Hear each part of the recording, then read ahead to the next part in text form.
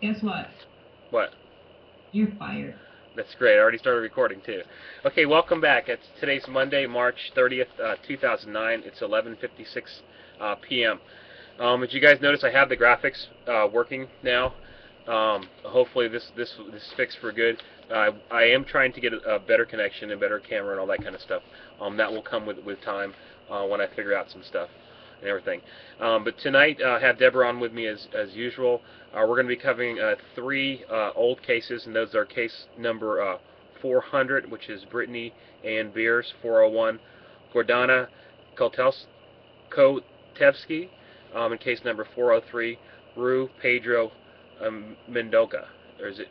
Did I pronounce that right? Rui Pedro. Roy Pedro Mendonca? Yeah, that's better. Okay. Okay, and we're going to be covering those, and then we have a recent Amber Alert case number 697. Not good news, but well, we wanted to bring it up and close this case. Deborah, can you bring up some information for case 697? That would be for Duncan Connolly and Jack Connolly. They were an Amber Alert a little over 3 weeks ago in Illinois, from Bloomington, Illinois. A family abducted by their father. He had supervised visitation rights until recently. He was able to have the kids without supervision, and he failed to return them after a visit. And so for over 3 weeks they were looking. Sadly, the boys were located. They're 7 and 9 years old. They were deceased in the back seat of their father's car in a remote area near woods, not too far from there. And the father was deceased about 60 feet from the vehicle. And they located about 5 p.m. yesterday. And it hit the news today.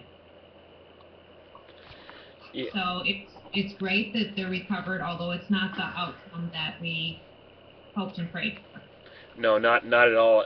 Looking at the case, the work that was done, it says children found at stop, 21 miles. The next one said Milwaukee stop. The next one not in car. Cars there stop. Looking at this does not seem like it's very accurate. Deborah, I know you did some research, and we've determined that this probably wasn't correct. There are things, though, that do seem like they fit. You weren't completely off on this. You know, Yeah, when you bring up, the car and stop and, different things like that. I mean, look at how they were found in a remote area. Yeah, it wasn't in Milwaukee, but, as far as, stop, not in the car. Well, the father wasn't in the car. He was 60 feet away. So I see that there's similarities, and I know you don't remember doing it. So, we don't know for sure what you saw, and if that is what that actually translates to. You see what I mean? I don't know. I mean, of course, I don't know what I saw, and I really don't know what that is. But either way, this is not the outcome we were looking for in this case. I've marked it as incorrect, and we'll post that to reflect that. I'm really sorry to hear this. I really wish this would never happen. Do we know why this, or how this happened, or why, or anything? Well, there is also restraining orders against the father. There was violence against the boy's mom. They have been divorced since 2007. He was arrested in, I think, January of 2008. After, I think it was 50 some different times that he broke that restraining order. And he was sentenced to just basically a slap on the hand. He didn't get jail time, community service, anything. Just something, I forget what it was called, but it was basically like a suspended sentence. And then he has gambling issues, depression problems, and a whole lot of things. And like I said, recently, he was given the right to visit with those boys unsupervised. So as far as things that I saw, there's a lot of finger pointing going on right now to the judge and to the psychiatrist and psychologist that said he was fit. So, this isn't a time to be pointing fingers, but, it's pretty sad. And, I guess cookie cutter situations in the family court system don't work for everyone. You know, and you know, if someone has a problem, like this mom had a problem, I'm sure that they see that all the time, where it's constantly being said, and they may not take it as seriously as they need to in a lot of cases. And in this case, it cost 2 little boys their lives. Yeah, it's very sad to hear that. It's terrible when something like this happens. You're right that, you know, a certain diagnosis or whatever the court system puts out, it does not apply to everybody. Every case is different, and should be treated like that. Yeah, I agree not to point fingers, but we really need to get to the bottom of this. Somebody does. Well, there are some people, I'm sure, that put mental health professionals on a leash and walk them around. You know, and you know, judges, they have to try to go on information that they have. Mm-hmm. You know, I wish, you know, different choices had been made here, Mm-hmm. but I'm sure that, you know, they don't know how much stock to put in things that they hear. You know, and I'm sure that there's a lot of women that are lying when they say things, you know, so the fathers can't see the kids. You see what I mean? So if they do that kind of stuff, you know, it's hard for the judge in the position he's in to know which cases to really take seriously. But I would think that with him arrested for violating the restraining order so many times, that should have been enough right there. You know, he can't follow the program. He can't be a law-abiding citizen, which equates in my mind to he can't be trusted with his children. I'm sorry, but that's just the way it is.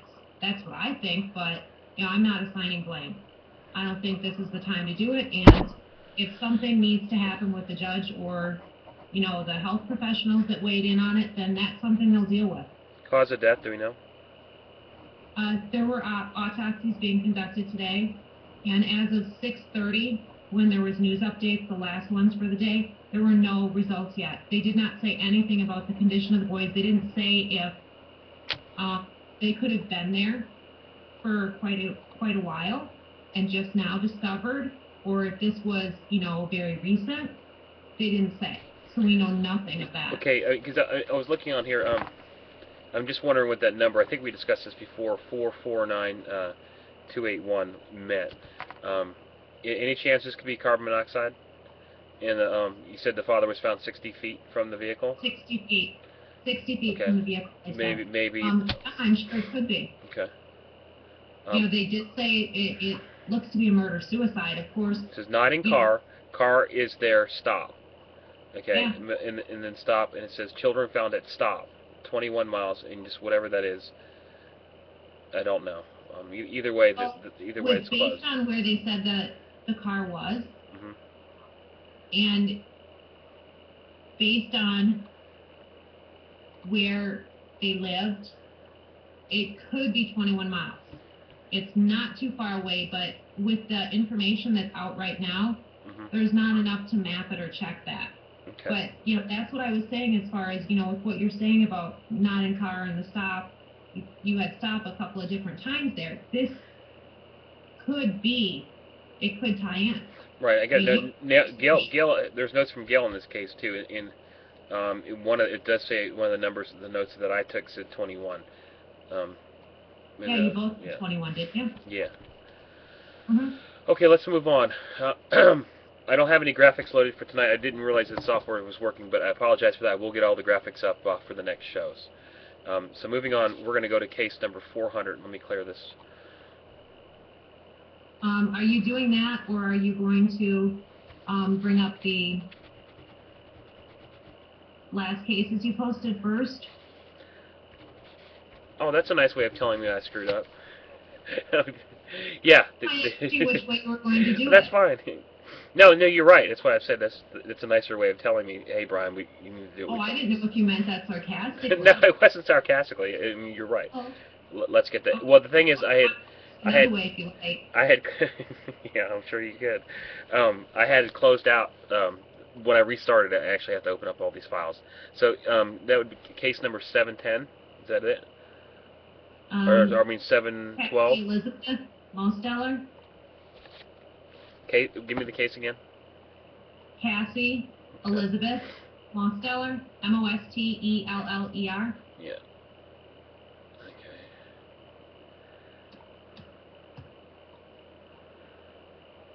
Okay, that's 7-11.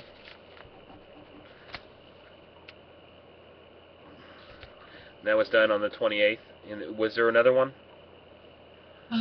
After that, you did Sandra Cantu. Okay, 7-12. Yes.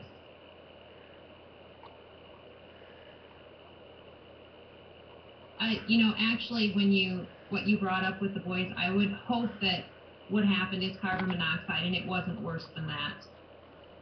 Yeah, it sounds terrible, but carbon monoxide. There's a lot worse, other worse ways you can die than carbon monoxide poisoning.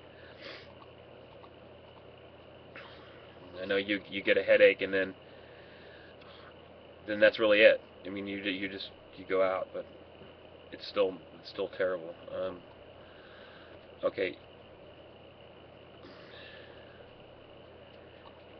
Give me the case again, Deborah. Cassie Elizabeth. Got that one. Got that one. Oh, Sandra Cantu, Cantu. Okay, that's why.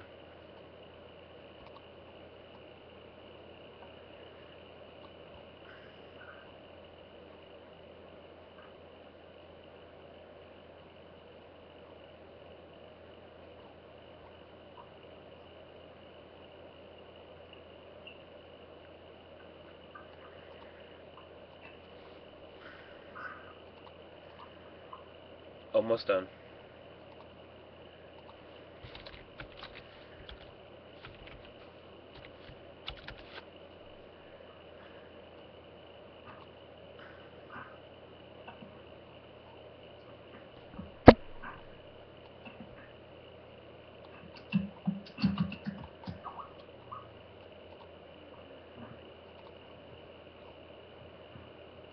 Okay. Okay. Case number 711. It's a Cassie Mosteller. Yes. Okay. This case was requested to be open. Was that by you, Deborah, or was that wasn't this one by you? By me. Okay. The dream drawings were done on March 28th of 2009. Deborah, information, please. This is for Cassie Elizabeth Mosteller. She's classified as an endangered runaway. Date of birth, August 31st, 1995. Missing since March 10th of this year. 13 years old, missing from Las Vegas, Nevada. A white female, 5 feet 4 inches tall, 130 pounds, blonde hair and blue eyes. She does have red hair in her photo. She has pierced ears and a pierced navel. And you want to share what you have? Yeah. Okay, the first dream drawing says, took her to China, Victoria, home 17. It's VICTIA, home 17. There's a drawing of a gentleman, looks pretty young. That looks like some type of building with a circle type of window. Next dream drawing says 619-428-2551-42251 at the crossing. Stop him. I don't know what that is, nor do I know what the scribbles are. That's all I got on this one, Deborah. Could you look at what you wrote on the first dream drawing again? Because that looks like Chula Vista to me, and I'm not the only one that thinks that, because after I looked at it, I read it as Chula Vista, and I did some mapping, and then I checked the forums, and a reader had posted, and had read it as Chula Vista also. I mean, it could be CHUA. CHULA? I mean, it could be. Hold on. VISTA?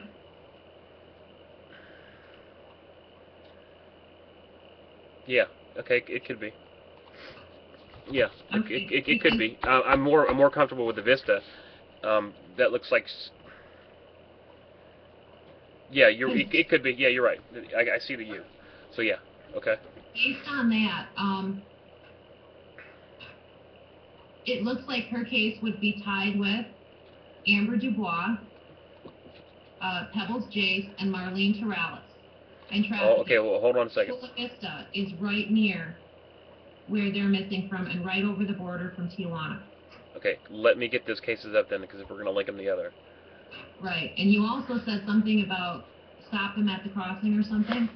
Yeah, that could be a border. I see where you're going. Exactly. Okay, so that's case 681, which is Amber Dubois. Right. Who else? Pebbles Jace, Jace. I think you did Marlene Torales first, though, for a case. Hold on, wait a second. I'm thinking if I go to the Amber case, they're already linked from there. Yep. Yeah, I'm sure they are, because they're in the forum already Yeah. that way. Okay, Marlene in Pebbles. Right. Okay. Let me get them open real quick. And we've already covered all these cases. Right. And we've covered, how they would be tied in. Now, one thing I didn't check was comparing your building that you have there with the building on Marlene's drawing and on Amber's drawing, because Amber's and Marlene's look the same to you. And you were the first one to mention that they could be related. Yeah. This new building, though, no. No? No. Okay. I mean, it doesn't mean that building could be right next door to it. But yeah, I see where you're going. So let's link. And also, in reading the forum, the post made by that person there, that also read that as Chula Vista, stated that there are a lot of girls missing in that area of California. Well, that's a hotbed for human trafficking, though. We've already learned that. It's just the border. The thing is, well, the Tijuana border. You're talking about the Tijuana, yeah. Right. So, in the proximity of all of the locations they're going missing from, but at looking at these cases, these 3 cases, 4 cases now, they span from November to current on those 4. Are there pictures up at the border crossings? I know that sounds, obvious, but are there pictures up of them at the border crossings? Actually, someone that was posting was wondering if you or I had a telephone number for the Border Patrol. Yeah, we do. Because for Jesse Foster's case, we actually we had somebody send stuff down there to make sure that they posted. But yeah, we do it, and you can also Google it. There's 2 crossings, I believe, in Tijuana. Right. They did provide a link and saying a phone number was there, but I think they were trying of an idea to find out if that's something that you've done before is contact Border Patrol. Yeah. And also, I believe that the information is also in Jesse Foster's case, those numbers, and I don't know where should we put them. I mean, I can see in the case, but probably be posted right in the case file. Let's put it in the forum too. It may be a separate section on who to contact, on like what to do or who to contact when somebody goes missing, because it's obvious that those pictures should be at the border crossing. I mean, if it was up to me, I'd have that facial recognition software and put everybody through it. I mean, it only takes a second.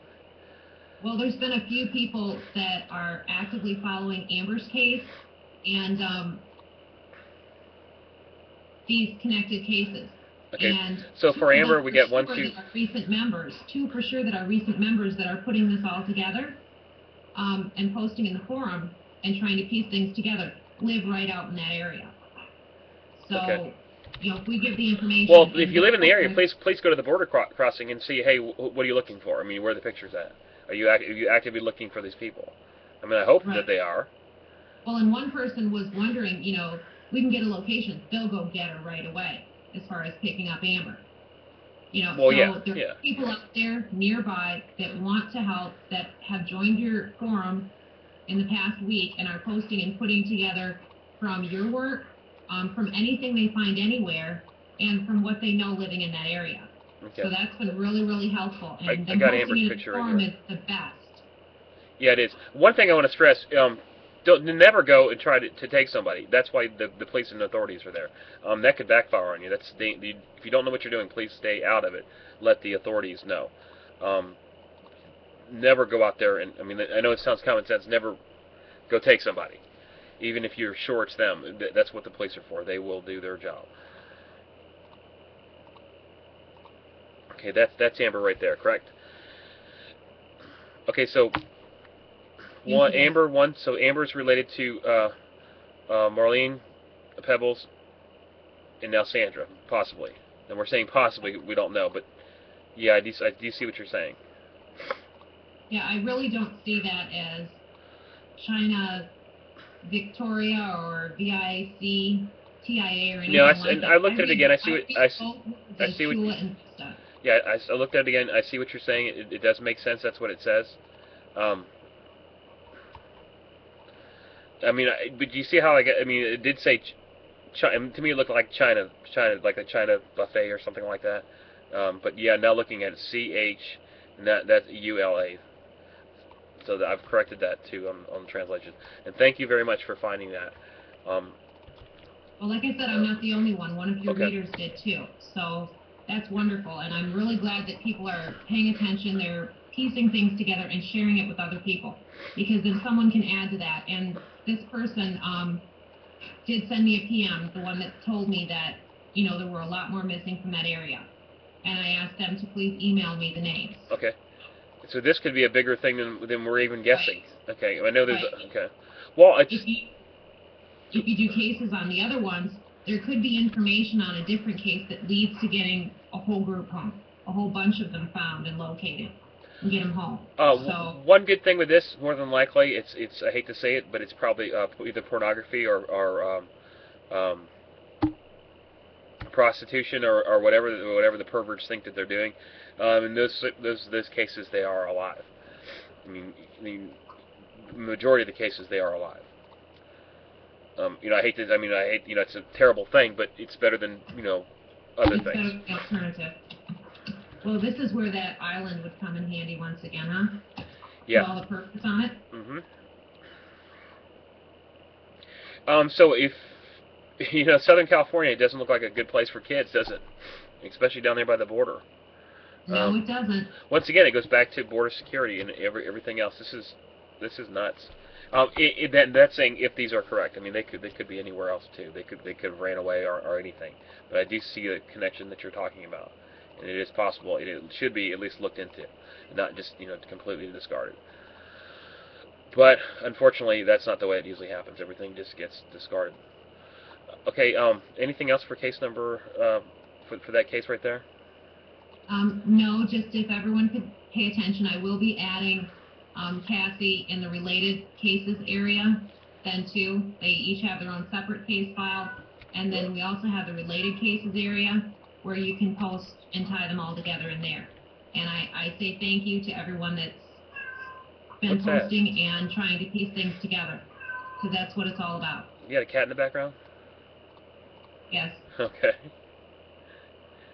Okay, thank you, Deborah. That's case 711, correct? Yes. Okay, moving on. Case number 712, Sandra Cantu. The case was requested to be open on March 29th. I don't know by who. Is that just a regular request? That was me again. Okay. So I'm not sure when I'm going to give you all of the case requests to come via email and requests from the forum and your pre-existing pending when we have so many coming up missing here. Okay. The children, and they're the missingkids.com and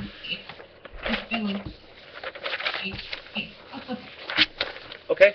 Information for Sandra, please. This is for Sandra Cantu, C-A-N-T-U.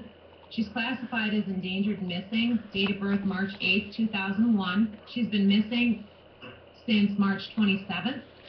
She's 8 years old. She's missing from Tracy, California. Hispanic female, 4 feet tall, 45 pounds, brown hair and brown eyes. She was last seen on March 27th, like I said. She may still be in the local area. She was last seen wearing a Hello Kitty shirt and black leggings. Now, she's missing from a trailer park. They have her on surveillance there in the trailer park, walking around some, and they haven't released a lot of details on that because they say that's evidence. There has been a lot of searching in the general area and a lot of support from the residents in Tracy. And I know that after you opened this case, you did a little bit of reading. Yep. And with the searchers, you think that she may be located where they're looking now. Yep.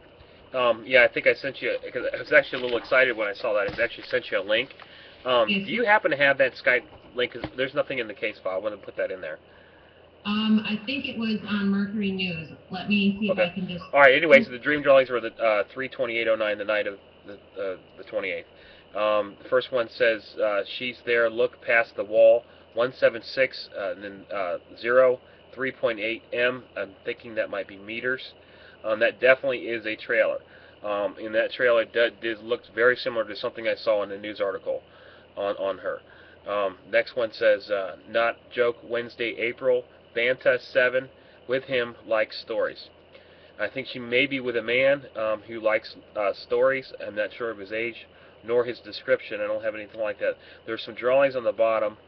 I don't know what they are, but I didn't feel death in this case, and it's possible that she may be located on April 1st, which would be April Fool's Day. Let's hope that's actually. I hope she's found right now. But that's what I have. Thank you for the link, Deborah. I'm going to put that link up here. Neighbors do say that with Sandra's personality, she would, no doubt about it, go with a stranger or go with anybody. She's one of those types of kids that would just do it. Even at the age of 8. I guess she doesn't understand that you're not supposed to do that. But she's very friendly, and, they very, much liked and loved in the community there. But everyone says, hands down, she would do it. And that's pretty darn scary. Okay. Well, let's hope she's found real soon. I mean, like now. Let's hope that she's safe. I got that link. Let's see if the page is opening up. Yeah, it's... For some reason, the link isn't opening up. Let me try it one more time. The Mercury News, right? Yeah, I just pulled it up on... Yeah, well, that's for you. I have my computer's a little bit different than everybody else's, it seems. Yeah, your computer's possessed. Well, it's a $499 Walmart special, but it does the job. I mean, it's actually it's fine. Sometimes, and sometimes it's not fine. I shouldn't get angry at it and hit it all the time. But okay, I got that. It doesn't sound like a vacuum cleaner anymore. Okay, this isn't the link though. The link I had actually showed some trailers. I mean, this is good, but no trailers. Well, maybe that's an updated... Wait a second. Okay, whoa. No trailers. Not the ones I saw, but it's good enough. Okay, well, if you go through the photos at the top... There's the trailer in there, I saw that. But that's not the one I saw. It's not the picture that I saw. Which is fine.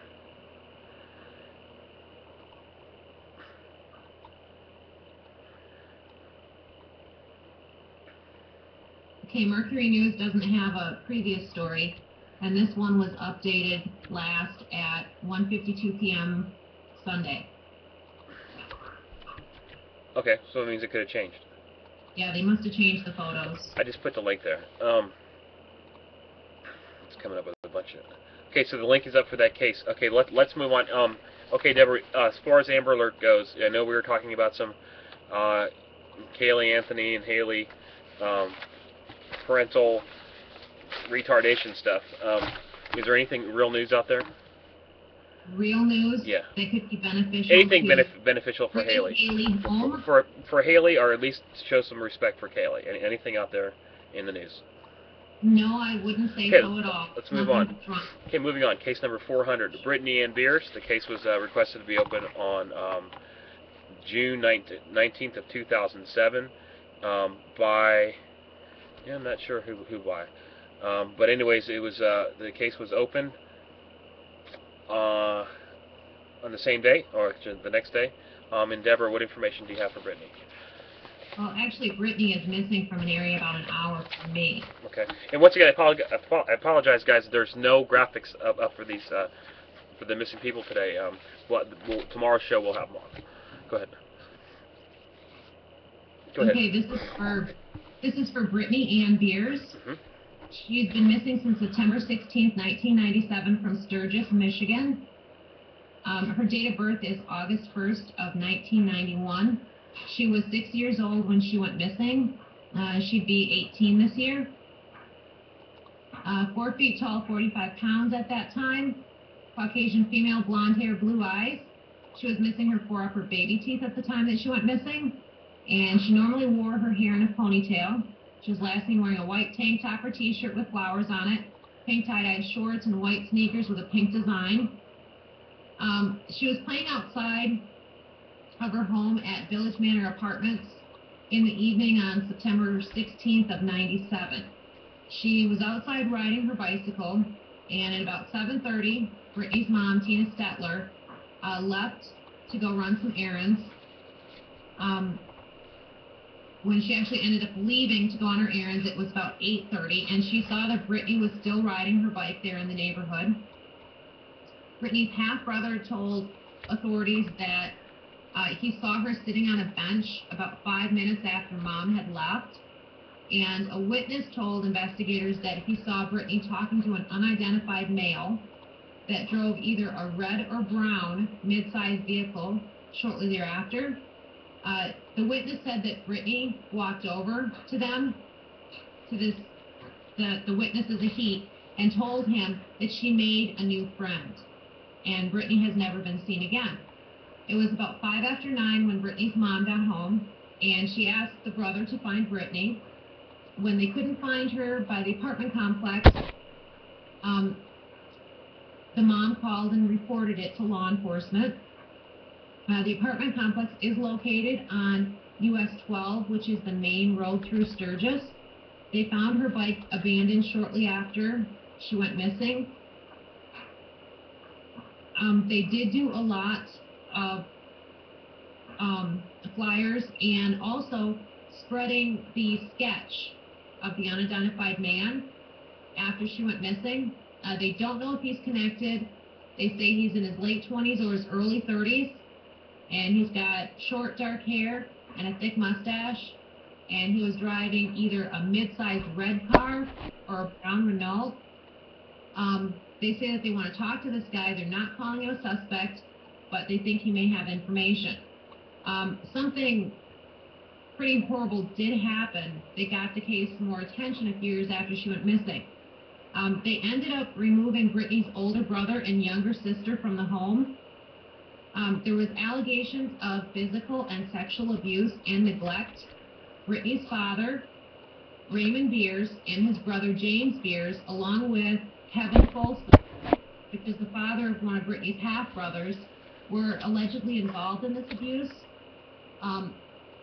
The stepfather, or father of a half-brother, whatever you'd want to refer to him as, is now in prison for molesting Brittney prior to when she went missing.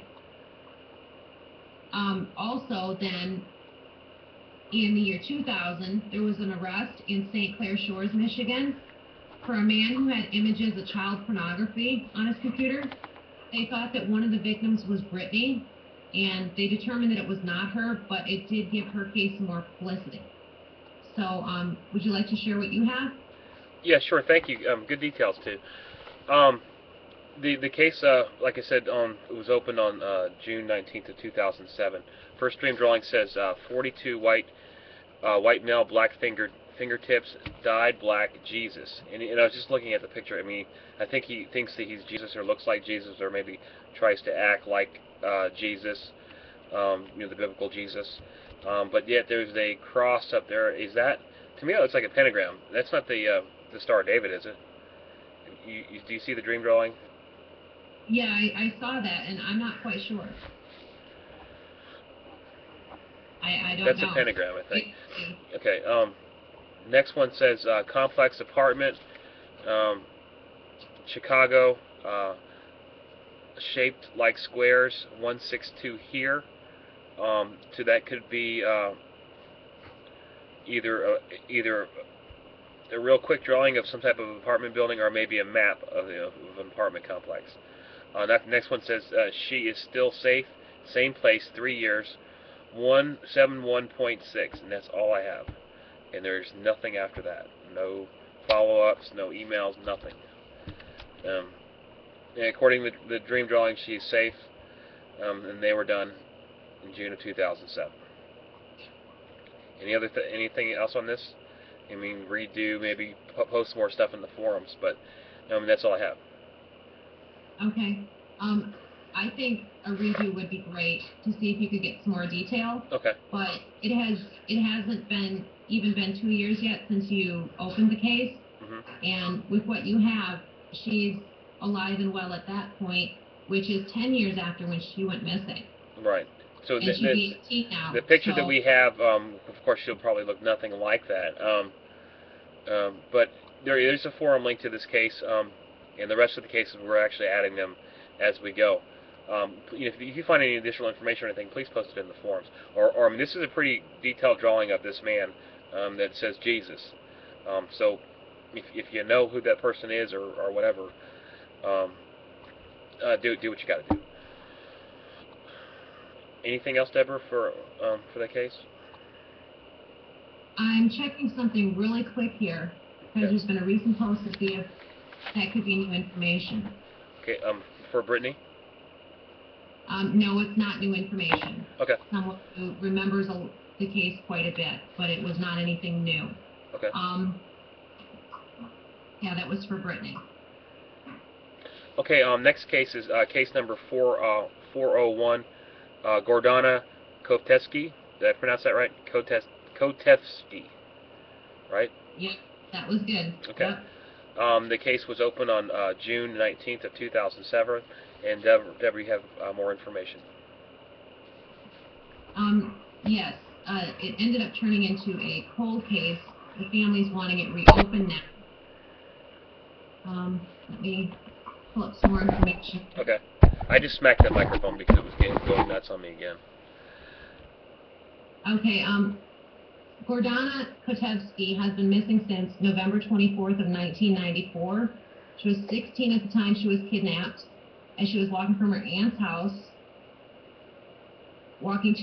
house from a shopping center in Newcastle.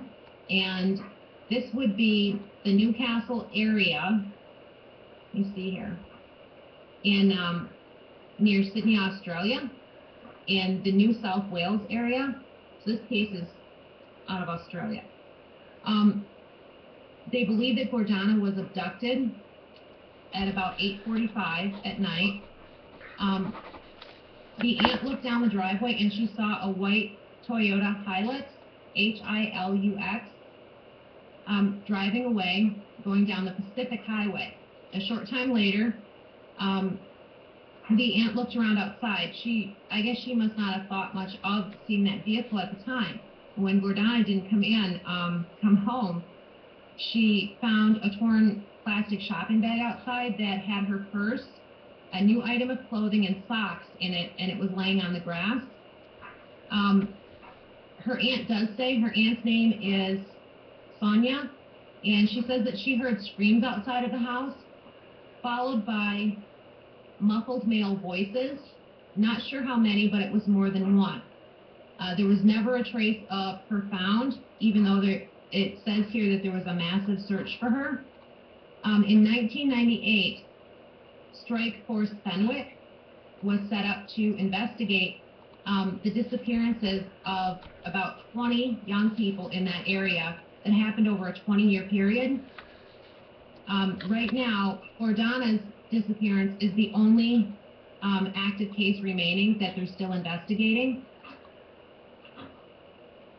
In 1999, almost 5 years after she went missing, they checked vehicles again. Vehicles similar to the one that was used in her kidnapping. They had owners of approximately 300 white Toyotas, the Hilux four-wheel drive model, contacted by the detectives, and they inspected the vehicles. That is one of the main focuses in this case, is locating that vehicle. They also then, in the year 2000, forensic scientists cordoned off the street by where she went missing, where she lived there with her aunt, and they did a reconstruction. And they claim that they came up with some very good information, and that was in July of 2000. They did have 6 witnesses undergo hypnosis about that time also, to see if they could help any further in the investigation. And one of those witnesses was able to give a description of a suspect that was seated in the rear of the vehicle as it sped away. Police released what they call identikits for that suspect, and they want the public to help identify. There is a reward of up to $100,000 leading to an arrest in the disappearance of Gordana. So you want to share what you have now? Yeah. When I was looking at this, I can tell you that it's not a United States case because it says flat. In flat, we don't use that word in this country. I know what it means, but we don't use it. The first dream drawing says RTA Stockton 217. These are pretty crude drawings too. That looks like some type of possibly building with an arch in it, but I don't know. Next one is the same type of thing, the same arch. She is in Curry Flat Street 6. Okay, so some type of she's in some type of apartment. And it could be the number, the street could be actually 6th Street or something like that. And the next one looks like the same type of drawing, but maybe a close-up or something of the arch. And on this case, again, Deborah, that's all I have. There's no communication or anything, no research done or anything done on this case. Which needs, right. No, we need to do more research and mapping on. So everything we said about the last case, same thing with this case. It needs attention.